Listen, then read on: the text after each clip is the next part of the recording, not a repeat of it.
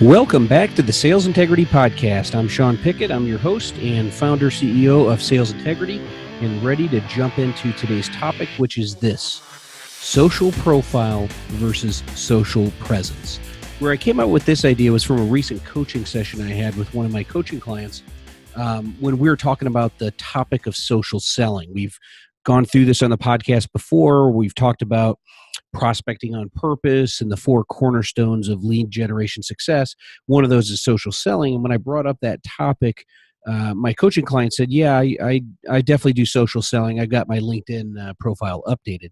And that led us down a path where I educated him on the difference between your social profile and your social presence. So I thought, hey, what a great topic for my next podcast. So here we are talking about social profile versus social presence. And I just want to make sure that everyone's on the same page as to the difference between these two things, social profile and social presence. So in a nutshell, your social profile is really about your existence as a sales professional or just a professional in general, where your social presence is all about your experience as a sales professional or as a professional in general. So just keep that in mind, that your social profile at its essence really displays your existence as a sales professional, where your social presence really displays your experience as a sales professional. And let's dive into just a little bit of this, just to shed some light on the difference here.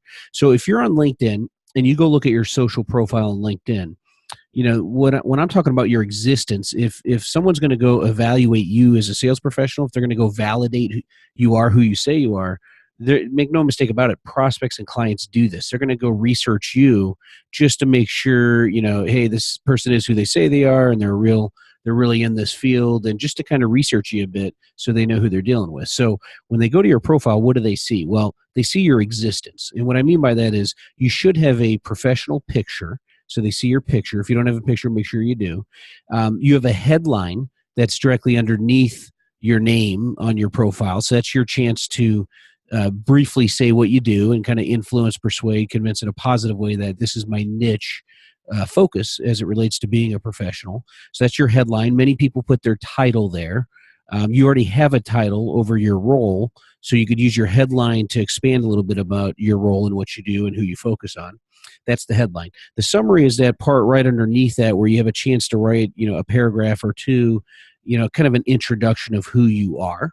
And then below that, you have your work experience. So these are the companies you worked for and the titles or roles that you held at those companies, with a brief description within each company and role. Then there's your education. Talk about a little bit about, you know, what school you went to, what your education looks like.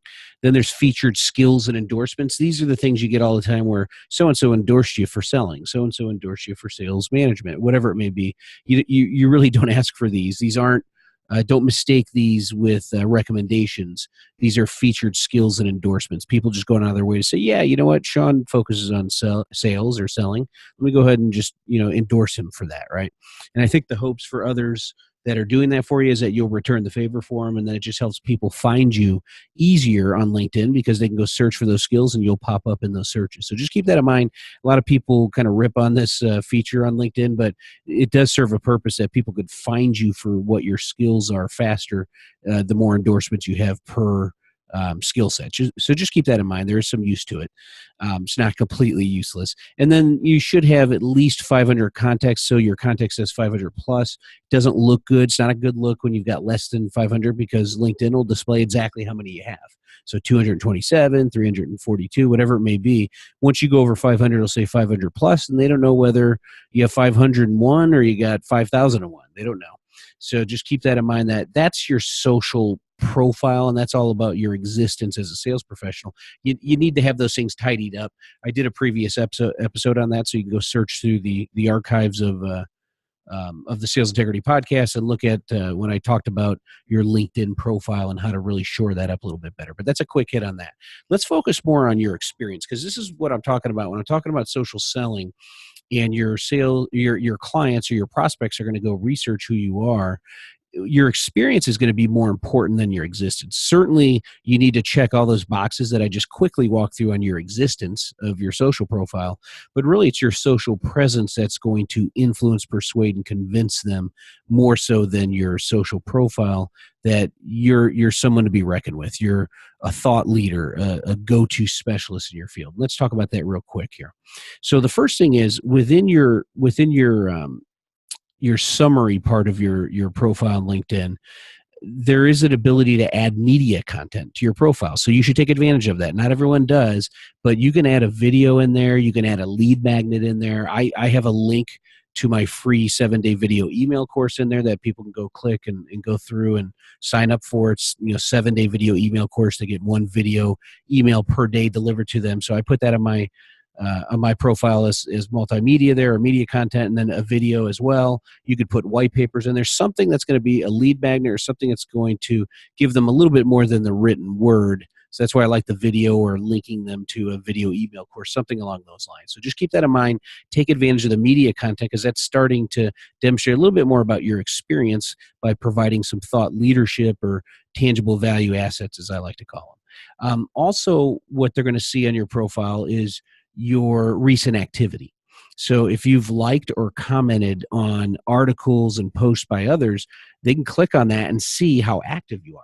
So this is a very, very easy way to keep your profile active, is just go out and do a little bit of research and like timely relevant articles and videos and posts that are written by others that you're following as influencers.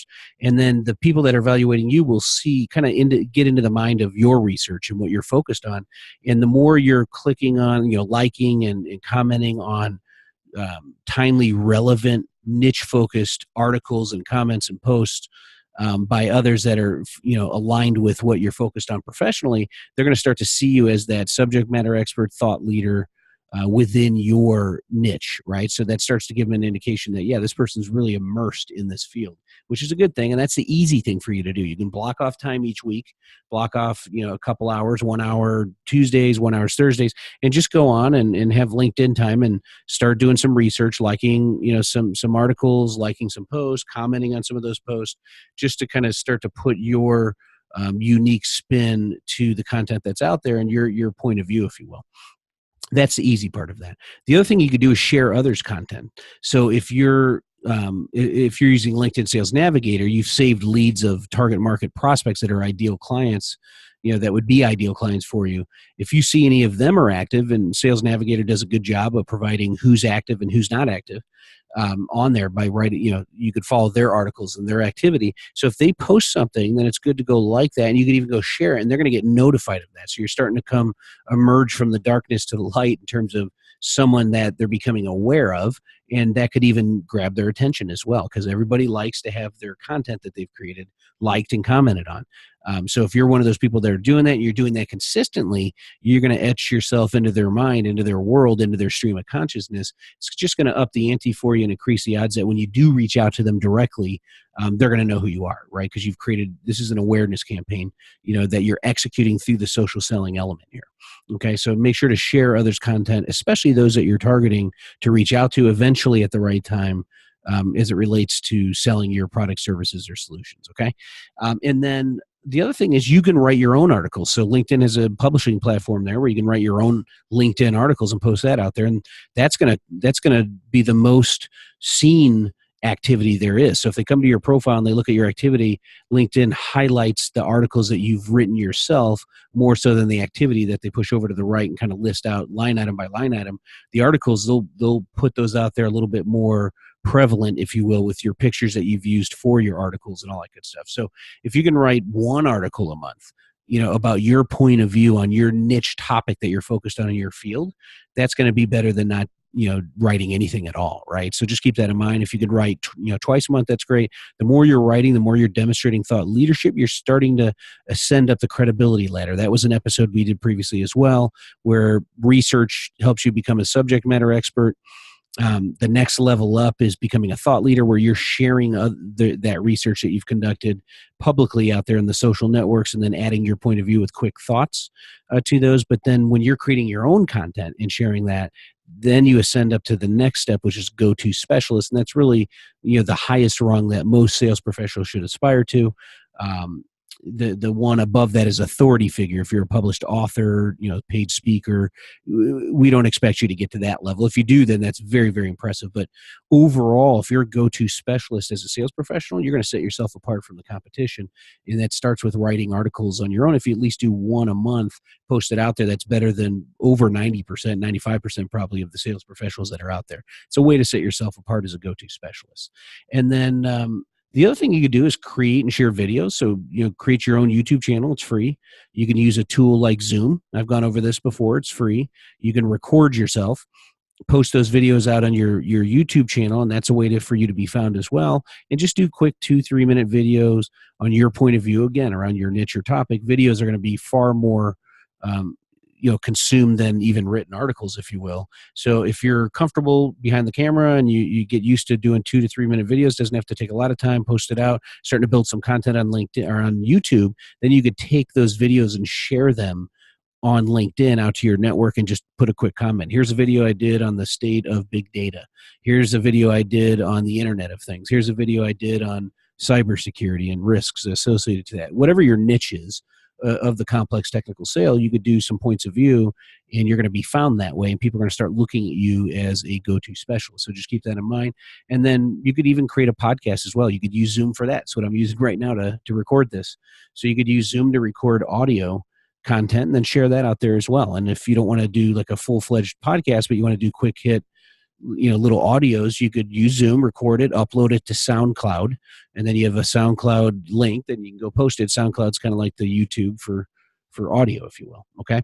So that's your experience. That's your social presence. That takes a little bit of effort, as you could see. So your social profile, you can really set up once. Right now you exist out there. That's why I say your social profile is about your existence. And then when people go to research you, they're going to see, oh, this person exists. They are who they say they are. And that's good, but not as good as your social presence. And this is more apt to be conducive for social selling activities. And then social presence is all about your experience and demonstrating that experience, putting that in motion, if you will. So when people come and look at it, it's dynamic. You have fresh content every week, whether you're taking the easy road on that and liking and sharing and commenting on others' activity, or you're creating your own articles within LinkedIn, or you're creating your own videos or audios and putting them out there on YouTube and SoundCloud, sharing those back to the LinkedIn network and becoming looked at as a go-to specialist. That's really more about your social presence and having a strong social presence so you stand out in a sea of competition. So that'll do it for today's episode. That's the difference between your social profile and your social presence. Your social profile is really about your existence as a sales professional, displaying that online. So people that are finding you or researching you can get a sense of who you are, but really you want to have a social profile plus a social presence, which is going to be, your activity on a weekly basis, demonstrating your experience out there. So that'll do it for today's episode. Thanks for joining us. And now we're going to go ahead and end with a few quick reminders. No matter where you listen to the Sales Integrity Podcast, please subscribe to it. Just subscribe to the show so you get them automatically on a weekly basis. The more subscribers we have, the more we're found out there by other potential subscribers, so that greatly helps the show. We are now on Stitcher Radio, so in addition to Stitcher, we're on iTunes, Stitcher, and SoundCloud. And no matter where you subscribe or listen to us, please provide a 5-star rating and a quick 1 to 2 sentence review. That also helps others find the podcast. So help us grow the show. That would be great. And also, we still have our free 7-day video email course out there. You can go to mastercomplexselling.com to subscribe to that. So again, mastercomplexselling.com. It's a free 7-day video email course titled 7 Steps to Master the Game of Complex Technical Selling. So that'll do it for today. Go out there in the sales world today. Help your customers buy what they want, what they need, and what benefits them. And most importantly, go out there and make it a great day.